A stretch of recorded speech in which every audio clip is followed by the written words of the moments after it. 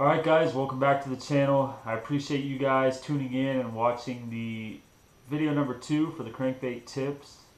Again, these tips are more from a kayak than a boat or cranking from shore, but hopefully anybody that watches this could take away something from the video.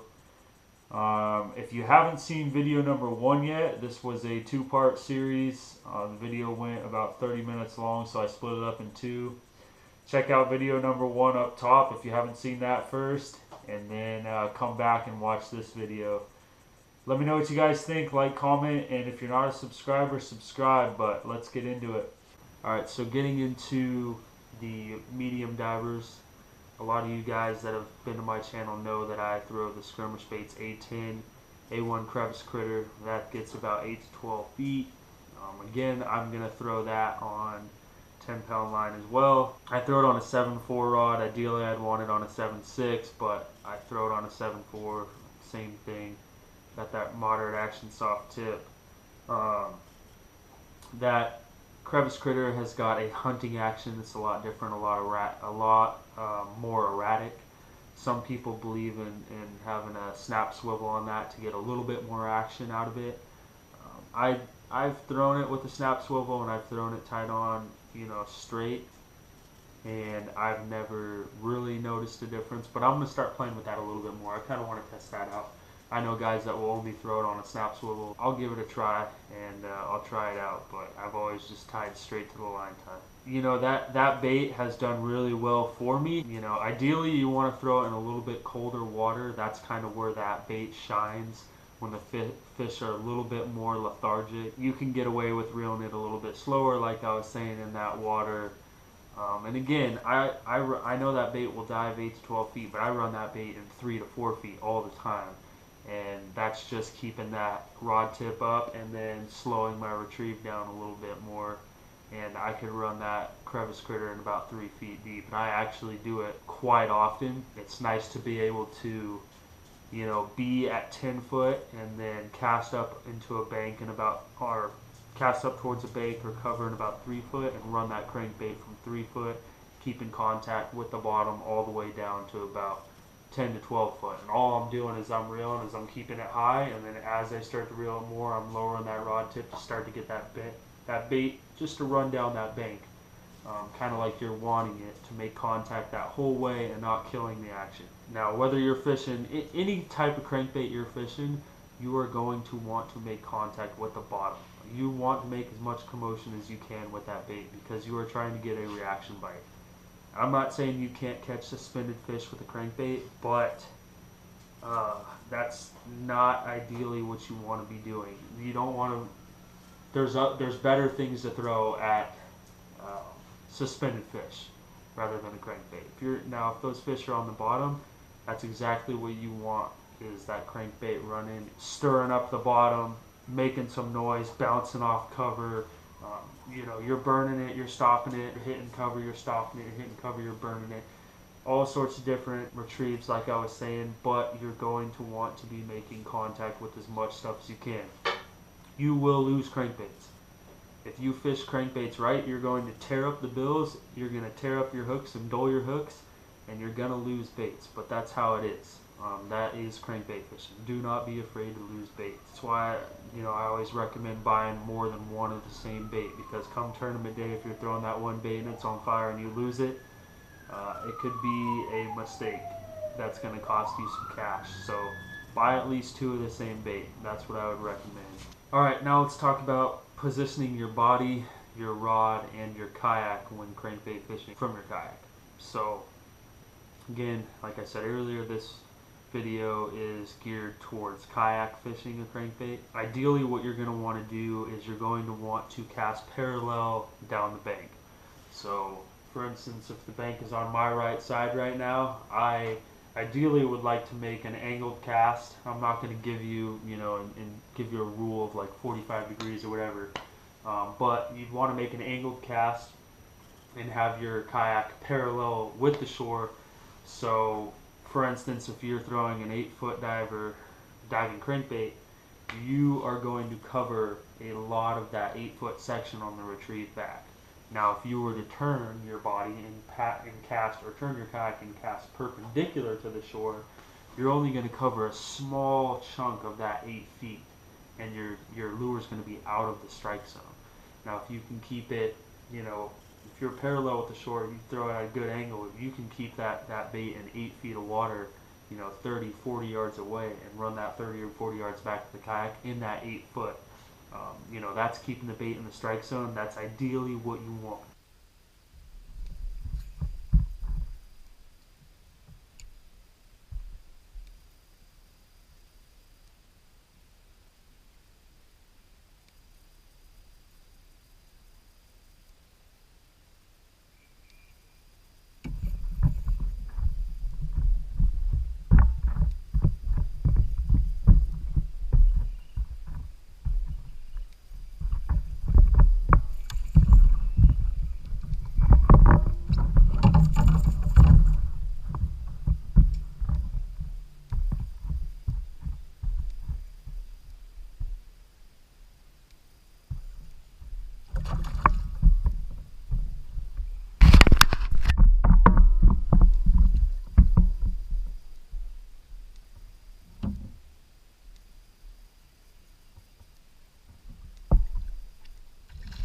Now, sometimes that can change. There's been plenty of times where I do cast perpendicular, like I said, at cover, stumps, logs, things like that, after I've already casted at them from different angles, parallel, and I'm not getting bit. I will turn perpendicular and throw at that isolated cover as well, because like I said, I like to change angles when I'm attacking cover. Ideally, you want to be parallel. That is going to get you more bites. That's going to keep your bait in the strike zone longer.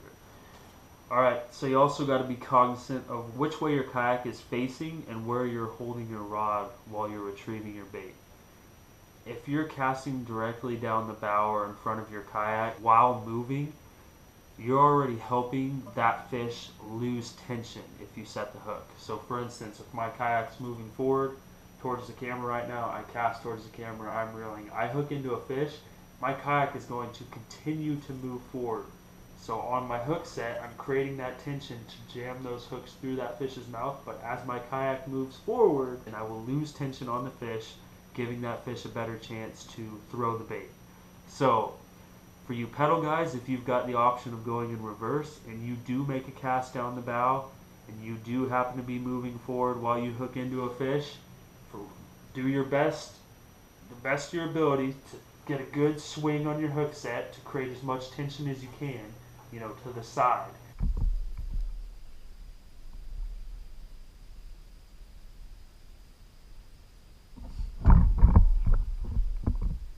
And then back pedal as fast as you can to create more tension. Hopefully that fish doesn't run straight at you. Hopefully it runs away or to the side, which is going to help you create that tension even better. But if it does come straight at you, you're going to want to be reverse pedaling. For paddlers, you just have to be very cognizant of throwing straight down the bow of your kayak. That's where throwing at those angles is going to help you out a lot. If you do happen to throw down the bow, like, I've done it plenty of times, just remember, you are going to lose tension on that fish as your kayak continues to move, and chances are you're probably not going to be able to paddle and fight that fish with one hand. Try to paddle in reverse and fight that fish with one hand. You just have to know, if that fish comes at me, I've got to reel quick, and hopefully it takes a little bit of an angle, and you're just to, if that fish runs left, bring that rod to the right. If he starts to run right, bring that rod to the left. It's all about keeping tension on those fish. So as paddlers, we got a little bit more of a difficult job doing that, but just be cognizant of where you're holding your rod in relation to that fish or in relation to that cast, and how fast your kayak is moving if it is moving towards that fish. You really got to crank down on that reel and hope that fish doesn't continue to keep coming at you. And a lot of times they do, and hopefully they don't throw the hook. Sometimes they do, and that's just, the name of the game. A lot of times I'll throw out the anchor and I'll fish with the anchor, just because the wind here in San Diego is pushing me too quick down the bank. So I want to anchor and cover a portion at a time. That's always nice, because you've always, if your kayak's held like that, you're always able to help create that tension a little bit better. You've got the weight of the kayak behind your hook sets.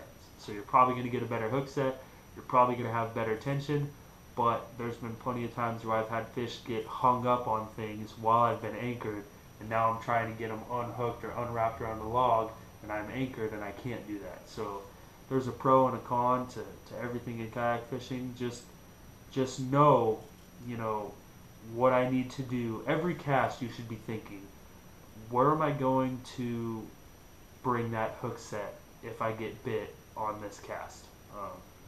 I try to do that with every cast.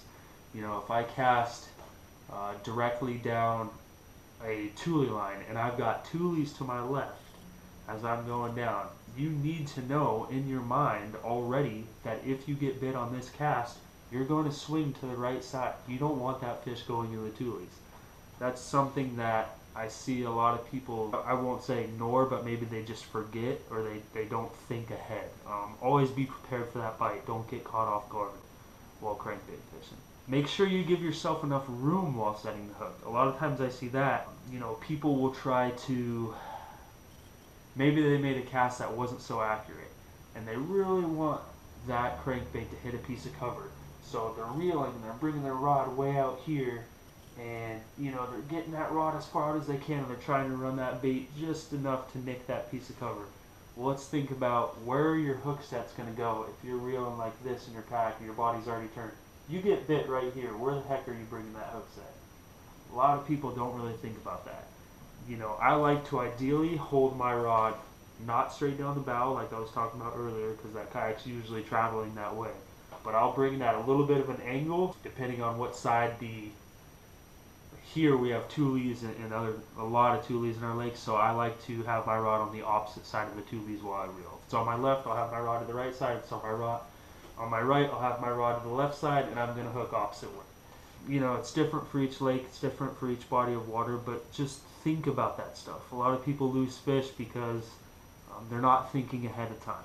If you're able to think ahead and know already in your mind, you've already pictured exactly what you're going to do, chances are you're going to land more fish. This is the medium diver A10A1 crevice critter that I was telling you about. It's got that hunting action, very small profile. This thing gets bit. This is cricket shad, my #1 color. This is a money maker. This bait is actually the bait that caught 3 out of my 5 fish at the Havasu Trail tournament that I took first into that trophy that I was showing you guys earlier. This was the bait that took 3 out of 5. I probably have like 14 in this color. 14 of these in this color. Not a real loud rattle at all. And like I said, hunting action, real erratic action, just like a small little bait fish, and that thing gets chewed. And again, this one has no hooks on it, but I use the size 4 KVD treble triple grips. That's pretty much all I've got, guys. Hopefully you guys have some more questions for me. Hopefully you guys enjoyed this video. Like I said, I'm no crankbait expert, but you know, I just think I've got some stuff that can help you, and hopefully it did. Hopefully you learned at least something. I'm sure a lot of you guys that follow my channel already knew most of the stuff I put out, but maybe there's somebody new, and it is different in kayak fishing. It's definitely different than a boat, so maybe somebody learned something you know, from the kayak that's different from the boat. Sorry for making this video so long. I appreciate you guys hanging in there with me. I am going fishing tomorrow, but I'm fishing some tournaments right now, so I don't know when I'll release those videos quite yet. But stick with me. If you like these kind of videos, let me know, and I'll try to put out more tips and tricks that I know of. Hopefully it's helped some of you guys. If you're not a subscriber, hit that subscribe button. It kind of gives me more motivation the more subscribers that I get. I'm trying to get better. I'm trying to be a little bit more lively on video. Please give me a thumbs up on this video or a thumbs down. I got thick skin. If this video sucked, let me know it sucked. Tell me why it sucked though. You know, I'd appreciate it.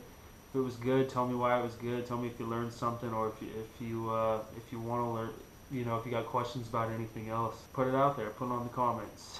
And again, thank you guys for tuning in.